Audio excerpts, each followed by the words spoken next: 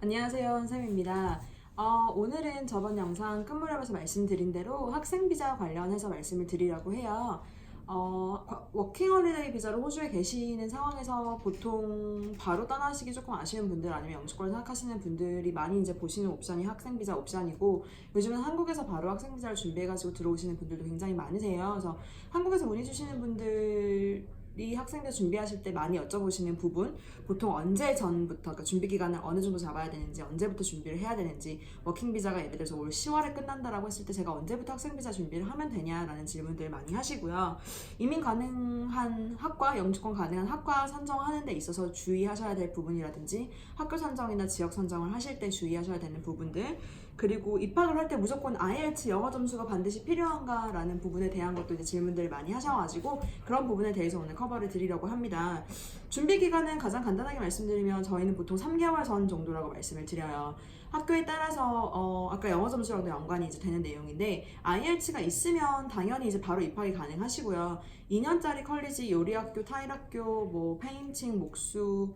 과정이라든지 카펜트리, 뭐 자동차 정비 이런 부분을 보시면 보통 5.5 정도, 제너럴 아카데믹 구분 없이 5.5 정도를 요구하는 경우가 대부분이고요. 대학 같은 경우는 이제 276, 277점이 있으셔야 되는데,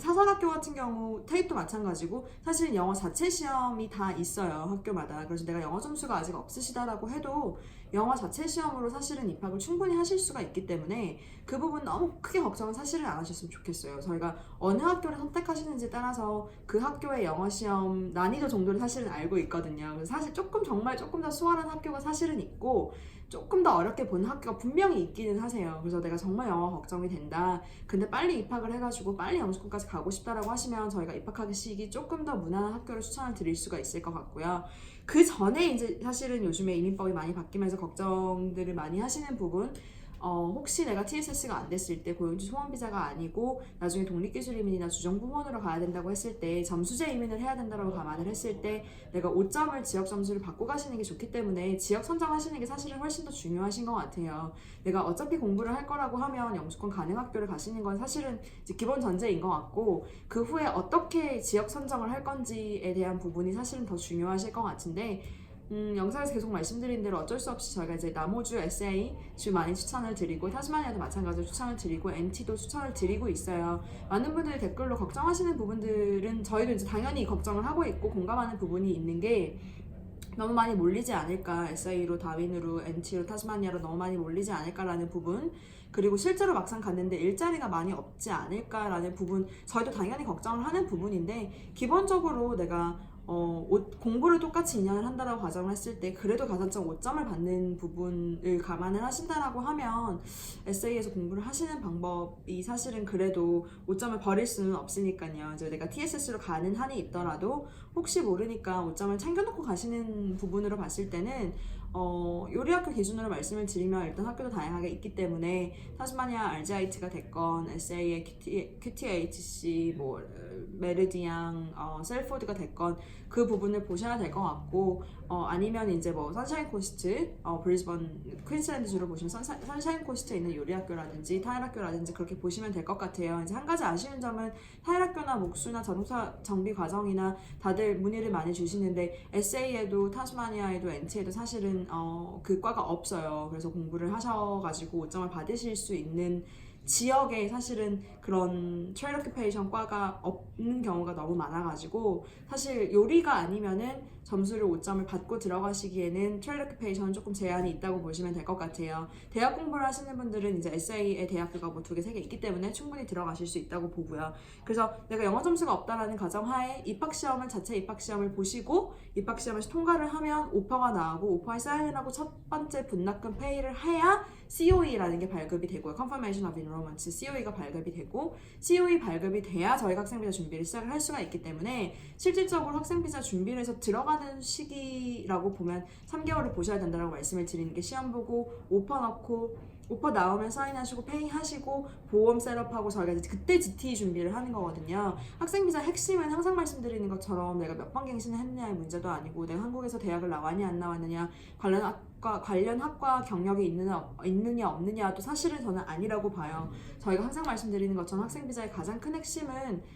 genuine temporary entrant, 그러니까 내가 정말 genuinely하게 정말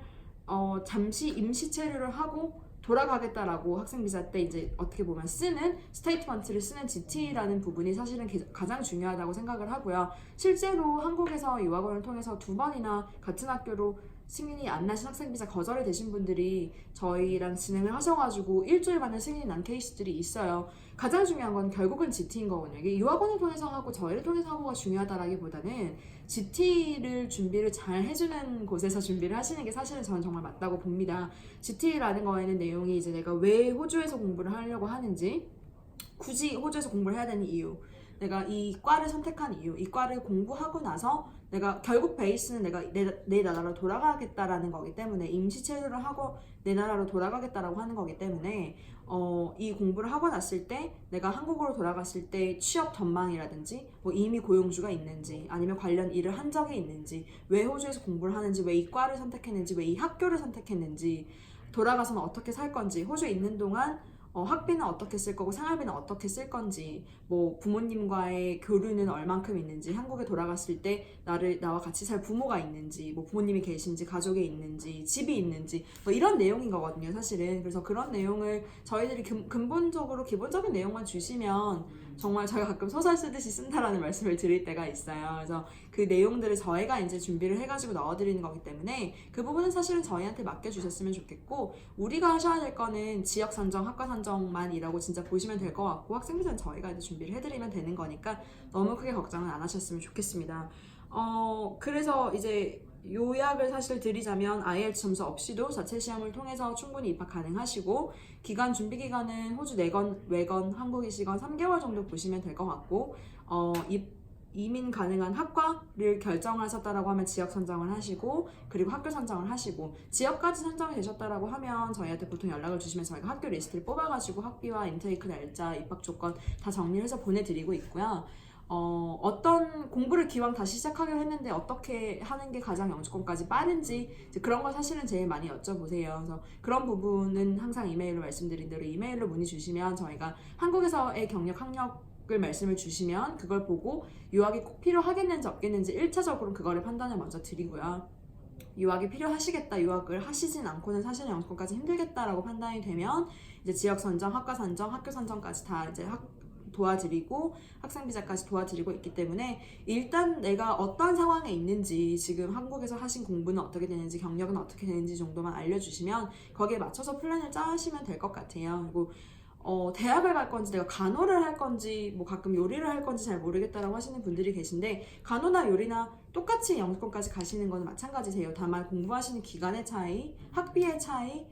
영어 점수의 차이, 이제 그런 게 있기 때문에 현실적으로 내가 영주권이 우선인 건지, 아니면 영주권도 좋지만 나는 어찌됐든 그래도 영주권을 받고 나서의 삶을 먼저 우선시 해야 되겠다, 그래서 나는 반드시 내가 간호사였기 때문에, 한국에서 예를 들어 간호사였기 때문에, 아니면 간호 쪽으로 나가고 싶기 때문에 꼭 그쪽으로 유학을 하겠다라고 하시면 사실은 저희 상담의 길이 완전히 달라지시는 거기 때문에, 일단은 내가 원하는 게 가장 단기간에 유학을 해서 단기간에 영주권까지 가는 게 중요한 건지, 아니면 시간이 조금 오래 걸리더라도 내가 하고 싶은 일을 하시고 나서 영주권이 후인지, 그것도 사실은 굉장히 중요할 것 같아요. 그래서 지금 가지고 계신 경력, 학력을 이메일로 보내주시면 거기에 맞춰서 또 상담을 드리고, 지역 선정하시는 거, 그리고 이제 앞으로 11월에 크게 바뀔 비자법까지 이제 감안을 해가지고 상담을 드리고 있으니까 이메일로 항상 문의를 주셨으면 좋겠고, 또 다음 영상에서 새로 바뀌는 이민법 뉴스를 찾아뵙도록 하겠습니다. 감사합니다.